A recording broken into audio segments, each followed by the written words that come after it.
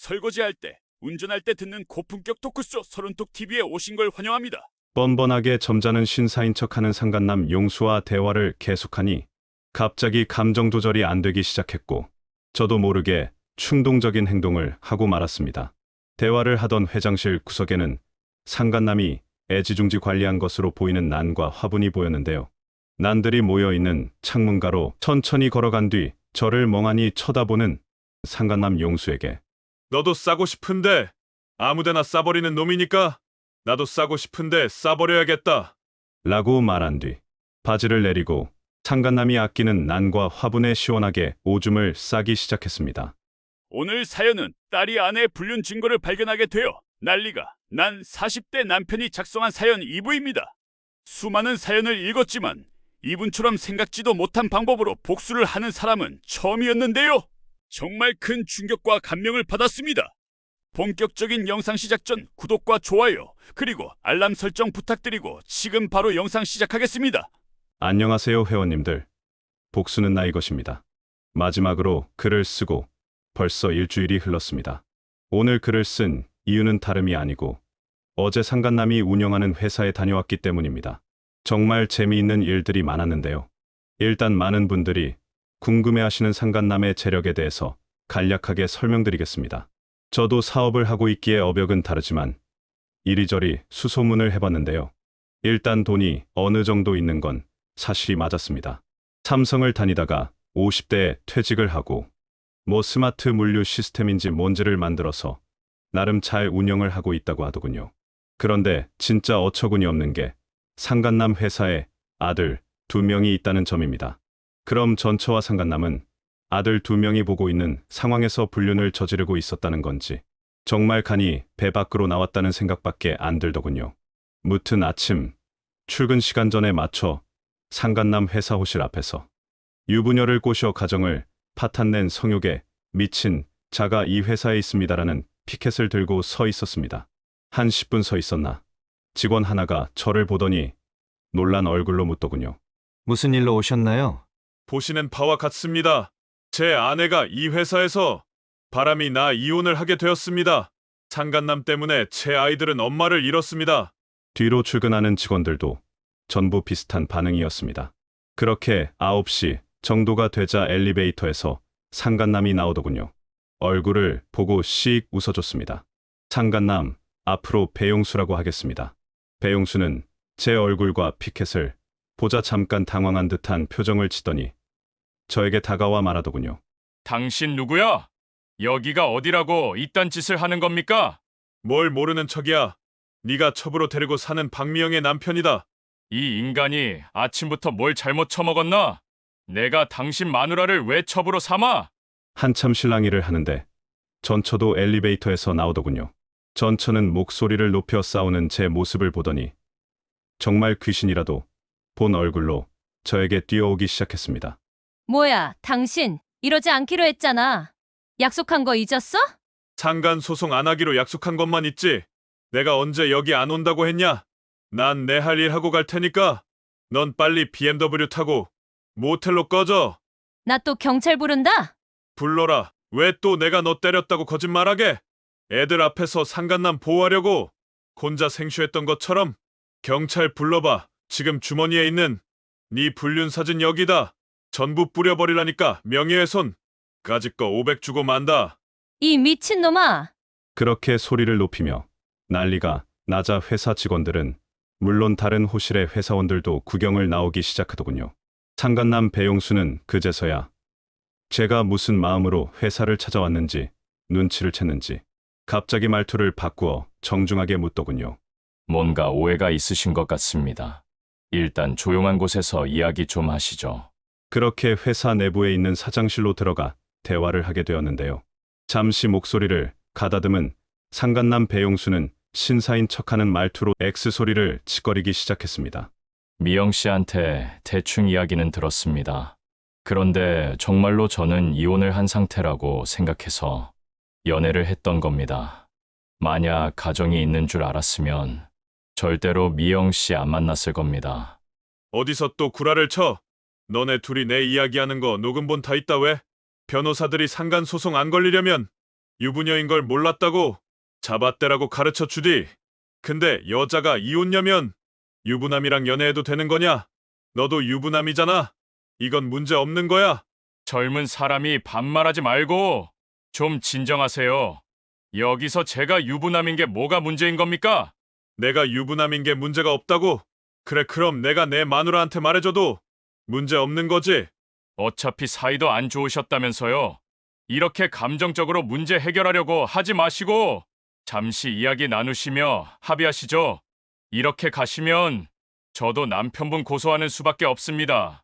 나도 변호사하고 상담하고 왔다. 네가 고소해봐야 명예훼손인데 내가 그거 무서워할 것 같냐? 내 자식들이 고통받는 것처럼 너네 가족들도 재미있게 지내봐라. 잠시 진정하시고 끝까지 신사인 척하는 더러운 상간남 용수와 대화를 계속하니 갑자기 감정 조절이 안 되기 시작했고 저도 모르게 충동적인 행동을 하고 말았습니다. 대화를 하던 회장실 구석에는 상간남이 애지중지 관리한 것으로 보이는 난과 화분이 보였는데요. 난들이 모여있는 창문가로 천천히 걸어간 뒤 멍하니 저를 쳐다보는 상간남 용수에게 너도 싸고 싶은데 아무데나 싸버리는 놈이니까 나도 싸고 싶은데 싸야겠다. 라고 말한 뒤 바지를 내리고 상간남이 아끼는 난과 화분에 시원하게 오줌을 싸기 시작했습니다. 요즘 아침마다 비타민 B 영양제를 먹어서 그런지 오줌 빛이 정말 황금색이더군요. 끊임없이 나오는 황금색 오줌을 보며 그런 생각을 했습니다.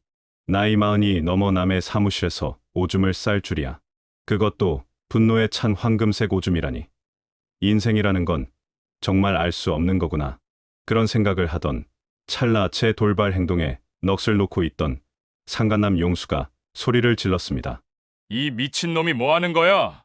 거기다 오줌 싸지 마. 내가 그거 꾸미는 데 얼마나 들었는데. 그럼 어디다 쌀까? 순간 저 놈한테도 제가 만든 특제 오줌을 먹여주고 싶다는 생각이 들어 몸을 돌리려 하자 잠깐 기다려. 라며 총알처럼 날아와 제 몸을 붙잡더군요. 놔라 이 엑스끼야. 더러운 손으로 어디를 만지냐?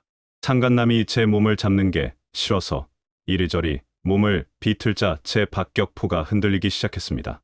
박격포가 흔들리자 제가 발사하는 오줌이 더욱 이리저리 흩뿌려지기 시작했고 회장실 밖에서 직원들이 경악하는 소리가 들렸습니다. 그렇게 인생 최고로 시원한 오줌을 싸고 나자 그제야 주변이 보이기 시작했습니다. 넋이 나간 상간남 용수와 블라인드 사이로 보이는 수많은 사람들의 실루엣들, 정말 다시는 없을, 아니 있어서는 안 될 망신스러운 일이었지만 속은 정말 시원했습니다. 저기 앉아있는 아줌마한테 BMW도 빌려주고 호텔도 데려가서 신나게 XX도 해준 보답이다. 난들이 아주 싱싱하겠네. 난 이제 간다. 다음번에 만날 때는 네 와이프가 될 수 있게 최선을 다해주마. 그렇게 경찰에 신고하라느니 뭐라느니 하는 용수를 뒤로하고 회장실을 나왔습니다. 그렇게 회장실을 나오니 직원들이 웅성웅성하며 문 앞에 서 있더군요. 주변을 둘러보니 전처만 혼자 얼굴이 시뻘개진 채로 컴퓨터 모니터만 뚫어져라 쳐다보고 있었습니다. 일부러 그 옆을 지나가며 너도 그렇고 저 엑스끼도 그렇고 경찰 신고하는 거 참 좋아하네. 사랑하면 닮는다더니 그 말이 맞네. 이제 간다. 저놈 꼭 이혼시키고 불륜 부부가 되어 세상 손가락질 받으면서 살도록. 그렇게 한바탕 난리를 치고 나와 엘리베이터를 기다리는데 40대 초반 정도 되는 안경 쓴 남자가 저를 급히 쫓아오더니 1층에서 잠시 이야기를 하자고 하더군요. 처음에는 누군지 몰랐는데 가만히 이목구비를 살펴보니 용수의 아들로 보였습니다. 1층 흡연실 근처 벤치에 앉아 이야기를 시작했는데요. 다른 직원들한테 대충 들었습니다. 정말로 박미영 씨, 저희 회사 대표와 불륜 관계가 맞는 겁니까? 저는 아무 말 없이 그간 모아왔던 증거를 확인시켜줬는데요. 그 아들로 추정되는 직원은 얼굴이 붉어지더니 한숨을 푹푹 쉬더군요. 일단 확인했습니다. 제가 대표는 아니지만 개인적으로 이러한 고통을 겪게 해드린 점 깊은 유감을 표합니다. 오늘 있었던 일 회사에서 어떻게 대응할지는 모르겠지만 부디 잘 해결되시길 바랍니다. 그렇게 회사를 나오고 4시간 정도가 지났을까. 전처의 핸드폰 번호로 전화가 미친 듯이 오기 시작했는데요. 받아봐야 헛소리만 들을 것 같아 그냥 수신 차단해버렸습니다. 오늘 아침 다른 번호로 문자가 오더군요. 이 미친놈아. 꼭 이렇게까지 해야 했어? 이제 나도 막장으로 갈 거야, 각오해. 넌 이미 막장이었어. 덤비려면 덤벼봐라. 난 아직 준비된 게 많다. 너네 엄마 아빠는 내가 바람핀 줄 알고 있더라. 아주 입만 열면 구라구나. 자꾸 귀찮게 하면 네 통화 녹음이나 들려줘야겠다. 그리고 넌 나한테 고마워해야지. 이거 안 했으면 넌 계속 첩이었다. 무튼 난 지난 인연에 대한 의리 다 지킨 거니까 행복하게 살아라. 진심으로 배용수가 이혼하고 너하고 꼭 살기를 바란다. 이제 다시는 연락하지 마라. 한 번만 더 연락하면 스토커로 신고해 줄 테니까 이제 꺼져라 뭐. 명예훼손 기타 등등 소송이 들어오리라 예상합니다. 상관없습니다. 많아봐야 1,000만 원인데 앞으로 둘이서 벌일 생쇼를 상상하면 전혀 아깝지 않은 돈입니다. 앞으로 특이사항 있으면 또 글 쓰겠습니다. 모두 행복한 하루 되시길 바랍니다. 오랜만입니다. 회원님들, 복수는 나의 것입니다. 마지막 글을 쓰고 벌써 1년이 지나갑니다. 뭔가 대단한 결과가 있을 것처럼 글을 쓰고 갑자기 회사가 더 바빠지고 상간남과 전처 측이 고소를 걸어 그걸 해결하느라 정신이 없었는데요. 지난주부로 소송이 완전히 마무리되어 그동안 있었던 재미있는 일들을 정리하여 올릴까 합니다. 일단 둘의 소송 부분인데요. 둘이서 저에게 거의 10개가 넘는 소송을 걸었으나 명예훼손 하나 성립되어 벌금 500만 원을 납부했습니다. 그리고 처제, 아니 전처 제전처의 친동생라고 해야 하나요? 그 친구한테 들은 전처 소식이 정말 한심합니다. 제가 회사에서 난동을 피우고 난 뒤에 용수 와이프가 이 사실을 알게 되었는지 아내에게 상간소송을 걸었다고 합니다. 저도 못 찾은 증거를 어떻게 구했나 궁금했는데요. 상간남 용수가 상간소송을 위한 사실 확인서, 작성과 자신이 가지고 있는 증거를 전부 자기 아내에게 알려줘서 알게 되었다고 합니다. 그 소리를 들으니 정말 큰 웃음이 나왔습니다. 전처는 상간남을 보호하기 위해 온갖 폐악질을 저질렀었는데 상간남은 자기한테 문제가 생길 것 같으니 바로 전처를 버렸다니 제가 했던 말 그대로 되어버리니 전처가 더 한심하게 느껴졌습니다. 백치 같은 전처 소식은 별도로 저희 가족은 잘 지내고 있습니다. 한동안 갑작스러운 엄마의 부재로 아이들이 많이 힘들어했는데요.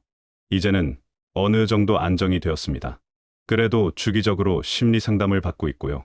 그리고 전처가 떨어져 나가면서 운이 돌아온 건지 사업은 코로나 이전보다 더욱 잘 되고 있는 상황입니다. 직원 수도 20명으로 늘었네요. 바쁘게 살다 보니 전처가 거의 생각도 안 납니다. 한 달 전 사진 정리하다가 아내 사진을 봤는데요. 뭔가 모르는 사람을 보는 느낌일 정도로 아무런 감정이 느껴지지 않네요. 상담사도 정말 빠른 회복이라고 놀라워하시더군요. 물론 완전히 괜찮은 건 아닙니다. 아무래도 엄마가 없다 보니 애들이 조금 꼬질꼬질하게 학교를 다니는 걸 보면 속에서 천불이 터집니다. 특히 그 용수 샤샤는 남의 가정 파탄 내놓고 자기 가정은 지키는 모습을 보니 그때 좀 더 난리를 쳐놓을 거리라는 아쉬움이 남네요. 하지만 저는 알고 있습니다. 쓰레기들한테 시간을 쓰는 것보다 우리 집에 있는 보물들을 더 행복하게 만드는 게 더 중요하다는 것을요. 그동안 응원해 주신 분들 모두 감사드립니다. 저도 간혹 카페 들어와서 도움이 필요하신 분들에게 정보 공유하겠습니다. 모두 행복하시길 바랍니다. 안녕하세요. 복수는 나의 것입니다. 마지막 글을 쓸 때 몇 년마다 찾아와 글을 쓰겠다고 했는데요. 한 달 만에 글을 쓰게 되었네요. 오늘 글을 쓴 이유는 전처가 최근 둘째 아들을 만났고 다음 주 중으로 첫째 딸과 함께 저녁을 먹고 싶다는 연락을 해왔기 때문입니다. 마음 같아서는 못 보게 하고 싶지만 어찌되었든 애들 엄마고 애들도 전부 성인이기에 알아서 하라고 하고 말했는데 조금 불안합니다. 듣기로는 경제적으로 매우 궁핍하다는데 혹시나 애들한테 돈 달라고 하지는 않을까 걱정이네요. 어떻게 할까요? 복수는 나의 것입니다. 어제 너무 충격적인 일이 있어 글을 씁니다. 지난주 글을 쓰니 복지사관연이님께서 몰래 따라가서 애들 앞에서 양육비 달라고 이야기하라는 조언을 해주셨는데요. 너무 재미있을 것 같아 딸아이에게만 식사 끝나고 데리러 가겠다는 이야기를 하며 만나는 장소를 물었습니다. 분당에 있는 한정식집에서 만나는데요. 약속 시간 1시간쯤 뒤에 식당 내부로 들어갔습니다. 와이프가 아이들에게 거짓말한 게 있으면 전부 반박해주고 양육비 안 준 사실도 터트려서 망신을 줄 생각에 신이 나서 애들이 있는 방으로 가자 싸우는 소리가 들리기 시작했습니다. 뭔가 싶어서 문을 열자 딸아이와 아들놈이 전처에게 화를 내고 있더군요. 전처는 얼굴을 가리고 울고 있었습니다. 무슨 일인가 싶어 멍하니 있는데 딸아이가 말하더군요. 아빠, 왜 이제 왔어? 빨리 가자. 뭔가 딸아이가 이미 전처한테 잡들이를 한 것 같아서 그냥 갈까 했는데요. 그냥 가기에는 너무 아쉬워 애들을 차에 먼저 보내고 잠깐 전처와 이야기를 했습니다. 전처는 제 얼굴을 보자 당황했는지 고개를 숙이고 말을 안 하고 있더군요. 양육비 많이 밀렸다. 거의 3천만 원 정도 된다. 다음 달까지 꼭 입금해. 이제 나도 바쁜 일 끝나서 이행명령 신청할 거야. 그게 그렇게 억울해서 애들한테도 다 말했어? 당신이 그러고도 애들 아빠야? 어떻게 애들한테 전부 말을 할 수 있어? 아무리 그래도 내가 애들 엄마인데, 그리고 내가 돈 주기 싫어서 안 준 게 아니라 나도 살기가 힘들어서 어쩔 수 없이 못 준 거라니까. 왜 이렇게 닭다리야? 또 X소리 안에 네가 바람나서 용수한테 팬티도 안 입고 사진 보낸 거 지은이가 먼저 보고 나한테 말해준 거야. 알겠어? 아주 끝까지 남 탓이지. 너는 애들 엄마가 어떻게 60 넘은 상간남에 미쳐서 가정까지 버리고 떠날 수가 있냐? 이미 애들 다 컸으니까 지금 와서 엄마 흉내 내려고 하지 말고 돈이나 보내. 알겠지? 없으면 용수한테 몸 한 번 주고 돈 좀 받던지. 아, 이제는 용수가 질려서 안 먹어주나? 무튼 알아서 하고 돈 보내. 알겠지? 딸아이가 자신의 치부를 먼저 알았다는 말에 전처는 큰 충격을 받았는지 아무 말도 아무런 움직임도 없이 가만히 멈춰 있더군요. 무튼 난 이제 간다. 밥이 많이 남았네. 혼자 많이 먹어라. 넋이 나간 전처를 뒤로하고 주차장으로 나오니 아들과 딸이 기다리고 있었습니다. 아들이 그러더군요. 난 몰랐어요. 엄마 말대로 성격 차이로 이혼했다고만 들었는데 누나하고 아빠는 어떻게 나한테만 비밀로 할 수 있어요? 알면 상처밖에 안 되는 일이니까 말 안 한 거야. 아빠, 누나, 그동안 마음고생 많았겠다. 알면 잘해라. 그렇게 잠시 수다를 떨고 있는데 전처가 식당을 나오더군요. 애들을 보자 뭐라고 말을 하려 했는데 둘 다 모르는 사람처럼 쳐다보지도 않자 전처는 잠시 머뭇거리더니 눈물을 뚝뚝 흘리며 자기 차로 걸어가더군요. 그런데 BMW는 어디로 가고 거의 10년 만에 보는 베르나의 차 키를 꽂더군요. 쫓아가서 비꼬아줄까 하다가 그냥 참았습니다. 작년에 뽑은 신형 제네시스에 아이들을 태우고 집으로 가는 길 딸아이가 그러더군요. 그런데 엄마는 왜 그렇게 했을까요? 예전에 아빠 신고하고 난리도 아니었잖아요. 그 남자가 그렇게 좋았을까요? 우리 가족을 전부 버리고 떠날 만큼. 쾌락에 중독된 짐승이 무슨 짓을 못하겠냐? 자꾸 의미 두거나 생각하지 마라. 그 여자가 아빠한테 했던 행동들은 특별한 게 아니다. 원래 배신자들이 가장 적극적으로 행동하는 법이다. 그래야 자기가 산다. 그리고 시간이 지나 또 배신하거나 배신당한다. 그게 모든 배신자들이 겪는 벗어날 수 없는 운명의 굴레야. 앞으로 그 여자를 만날지 안 만날지는 너희들의 판단에 맡기마. 다만 아버지가 아니라 너희보다 인생을 좀 더 오래 산 인생 선배로서 조언을 해주자면 절대로 배신자를 가까이 하지 마라. 한 번 배신을 해봤던 인간은 자신이 저지른 죄책감 때문에 또 배신한다. 그리고 그런 인간을 가까이 하면 자기도 모르게 닮게 된다. 아이들은 일단 알겠다고는 하더군요. 그나저나 전처와의 악연은 끝날 듯 끝나지 않는군요. 복수는 나이 것입니다.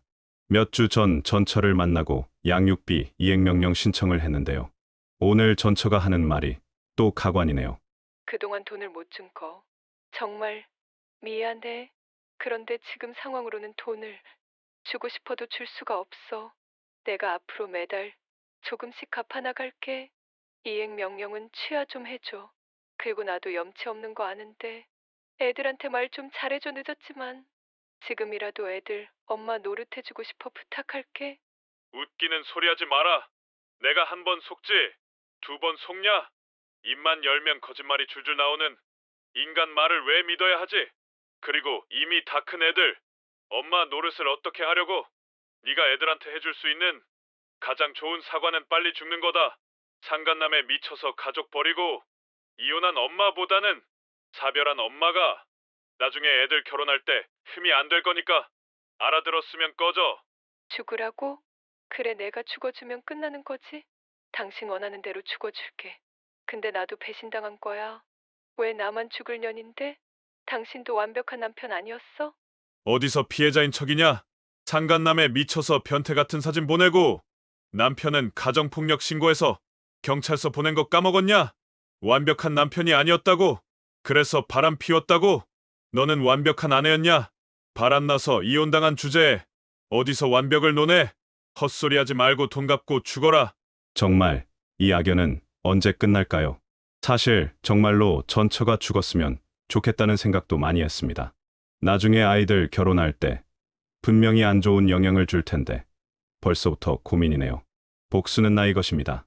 오늘 전처의 뻔뻔함과 끊어지지 않는 악연에 갑자기 너무 화가 나서 애들하고 같이 집 앞에 있는 치킨집에서 치맥을 먹으며 오늘 있었던 일을 말했습니다. 그런데 딸아이가 그러더군요. 아빠, 그때 엄마 그러는 거 보고 한동안 방황했을 때 아빠가 써준 편지 정말 고마웠어요. 내가 뭐라 그랬지? 욕을 많이 했나? 사랑하는 내 딸아, 우리는 선택을 해야 한다. 쓰레기 같은 인간들을 마음속에 채워놓고 분노하고 슬퍼하며 인생을 허비할지 아니면 소중한 사람들과 가치 있는 일들을 마음속에 채워넣어 더 큰 행복을 찾을 건지 선택은 우리의 몫이다. 난 항상 아빠가 써준 편지 마음속에 담고 살았어요.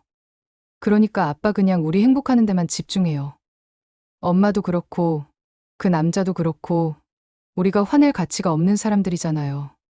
맞아요. 아빠, 저도 엄마가 바람나서 이혼했다는 사실을 알고 한동안 너무 화가 많이 났는데요. 곰곰이 생각해보니까 옆에 있지도 않은 사람한테 화내는 건 그냥 에너지 낭비인 것 같아요. 우리 그러지 말고 저 군대 가기 전에 해외여행이나 같이 가요. 돈은 너네가 내는 거지. 일단 빌려주는 걸로 해주세요. 애들도 힘든 일이었을 텐데. 언제 이렇게 커서 위로까지 해주는 아이들의 모습을 보며 아무리 힘들어도 가족은 꼭 챙겨야 한다는 생각을 했습니다. 존경하는 회원님들, 죽을 만큼 힘들어도 가족들에게 최선을 다하시길 바랍니다. 때로는 죽는 게 낫겠다 싶을 정도로 힘든 날이 있지만 견뎌내고 사랑을 주면 아이들은 꼭 보답하는 것 같습니다. 이만 글 줄이겠습니다. 언젠가 또 뵙겠습니다. 안녕히. 오늘 사연은 여기까지입니다. 상간남이 자신을 책임져 줄 거라 착각한 한심한 전처의 인생과 유혹을 참지 못해 인생 말년에 모든 걸 잃어버린 상간남의 인생을 보니 한숨이 절로 나왔습니다. 모두 제정신 차리고 가족들에게 최선을 다하시길 바라겠습니다. 그럼 다음에도 더 흥미롭고 재미있는 영상으로 찾아뵙겠습니다. 마지막으로 구독과 좋아요, 알람 설정까지 부탁드리고 지금까지 서른톡이었습니다. 감사합니다.